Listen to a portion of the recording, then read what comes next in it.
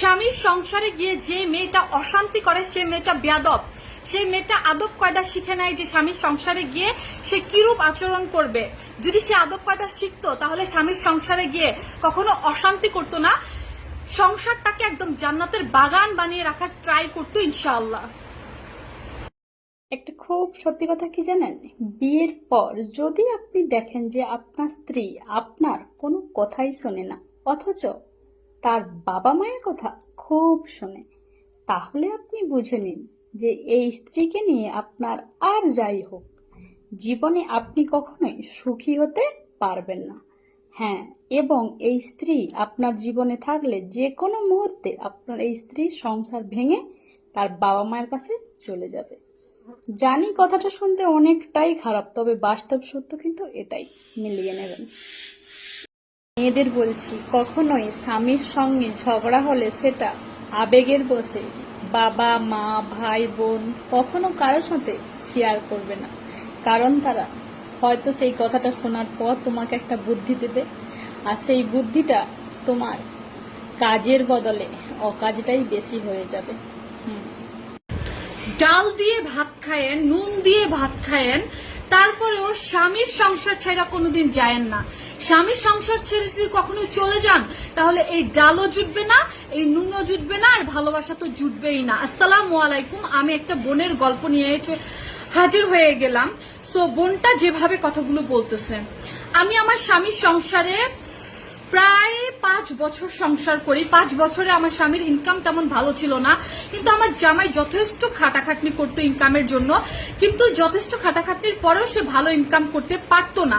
আর আমার চাহিদা ছিল প্রচুর, আমার অনেক লোভ ছিল, আমার এই শাড়ি দরকার ছিল, সেই কসমেটিক দরকার ছিল, সেই আপার মতো শাড়ি দরকার ছিল, সেই আপার মতো কসমেটিক্স, সেই আপার মতো গোল্ড, সেই আপা যা খাইছে তার আমার খাইতে হইব, সেই আপার মতো আমার রেস্টুরেন্টে ঘুরতে হইব, এরকম শখ ছিল। সো আমি আমার স্বামীর প্রচুর প্রেশার ক্রিয়েট করতাম, কিন্তু আমার স্বামী যথেষ্ট ভালোবেসে আমাকে বুঝায়, কিন্তু আমি কোনোভাবেই বুঝার ট্রাই করি না। আমি আমার স্বামীকে হুমকি দেই যে সে যদি ভালো মতো ইনকাম করে আমাকে না খাওয়াইতে পারে, আমার জীবনে উন্নতি আনতে না পারে, তাহলে আমি তাকে ডিভোর্স দিয়ে চলে যাব। তখন আমার স্বামী দিশাহারা হয়ে যায় এবং সে স্ট্রোক করে কিছুদিনের মধ্যে পঙ্গু হয়ে যায়, এবং পঙ্গু হয়ে যাওয়ার পর আমি আমার স্বামীকে ছেড়ে চলে যাই। সেই দুঃখ সহ্য করতে না পেরে আমার স্বামী কিছুদিন পরে মারা যায়। যেই নারী বেশি বেশি করে আল্লাহ তাআলার ইবাদত করে, তসবিহ পড়ে, কোরআন পাঠ করে এবং স্বামীর রিজিকের জন্য আল্লাহ তাআলার কাছে দোয়া করে, সেই নারীর স্বামীর রিজিক আল্লাহ তাআলা বৃদ্ধি করে দেয়। সো পাশের বাড়ির ভাবির কাছে না দৌড়ায়া, ফোন না টিপা, স্বামীর রিজি রোজগারের জন্য একটু কোরআন তেলাওয়াত করেন, একটু তসবিহ পড়েন, একটু স্বামীর জন্য দোয়া করেন, দেখবেন আপনিও সুখী থাকবেন, আপনার স্বামীকেও আল্লাহ রিজিক বাড়িয়ে দিবে ইনশাআল্লাহ। আমাদের সমাজে এমন কিছু বিবাহিত নারী আছে যারা কিনা তার নিজের স্বামীকে খুব বোকা মনে করে, এবং সেই নারীরা নিজেদের ভীষণ চালাক ভেবে থাকে। তারা সব সময় নিজের স্বামীকে খারাপ বানিয়ে নিজে ভালো হওয়ার চেষ্টা করে সকলের সামনে। সেই নারীরা আসলে ভুলে যায় যে সময় এমন একটা জিনিস যে কিনা চালাকের থেকেও বেশি চালাক মানুষকে বোকা বানিয়ে রেখে দেয়। আমার মনে হয় যে নারী নিজের স্বামীকে সম্মান করতে পারে না, নিজের স্বামীকে সম্মান দেয় না এবং অন্যজনের কাছে নিজের স্বামীকে সবসময় ছোট করে রাখে, সে নারী নয়, নারী জাতির কলঙ্ক। তাই আমার মনে হয় একজন পুরুষ শুধু শুধু তার শখের নারীকে ছাড়ে না। এমন কিছু নারী আছে যারা কিনা তাদের ছাড়তে বাধ্য করে।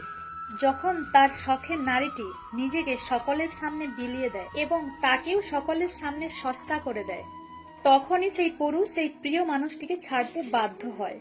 আর আমাদের সমাজে এখন আর এরকম নারীর অভাব নেই। তাই বলবো, শুধু শুধু নিজের স্বামীর দোষ দিও না। একটা কথা সবসময় মাথায় রেখো, তুমি অবাধ্য হয়েছো তাই সে বাধ্য হয়েছে তোমাকে ছাড়তে। তো আমার ভিডিও আমি আর লং করবো না, আমার ভিডিও আমি এখানে এন্ড করলাম। আমার ভিডিও ভালো লাগলে অবশ্যই আপনারা বেশি বেশি করে লাইক করবেন, কমেন্ট করবেন এবং ভিডিওটিকে বেশি বেশি করে শেয়ার করে দেবেন। দেখা হচ্ছে নেক্সট ভিডিওতে, ততক্ষণের জন্য টেক কেয়ার, বাই বাই। একটা খুব সত্যি কথা কি জানো, আমাদের সমাজে অধিকাংশ মেয়েদের বিয়ের পর ডিভোর্স হয়ে যায়। ডিভোর্স হয়ে যাওয়ার কি কারণ জানো? মেয়েদের ডিভোর্স হয়ে যাওয়ার প্রধান 3টি কারণ আছে। তার মধ্যে নাম্বার 1 যেটা, সেটা হলো যে মেয়ে তার স্বামীর সঙ্গে অতিরিক্ত জেদ দেখায়, তার ডিভোর্স কিন্তু হবেই। এবং নাম্বার 2, যে মেয়ে তার স্বামীর সাথে মুখে মুখে তর্ক করে। এবং নাম্বার 3, যে মেয়ে তার মা এবং বোনের কথায় স্বামীর সাথে অশান্তি করে। শুধুমাত্র এই 3টি কারণের জন্যই কিন্তু একটা বিবাহিত মেয়ের ডিভোর্স হয়। জানি কথাটা অনেকটাই খারাপ, বাট এটা কিন্তু প্রত্যেকের জন্য নয়। তো একটু কথাটা মিলিয়ে দেখবেন।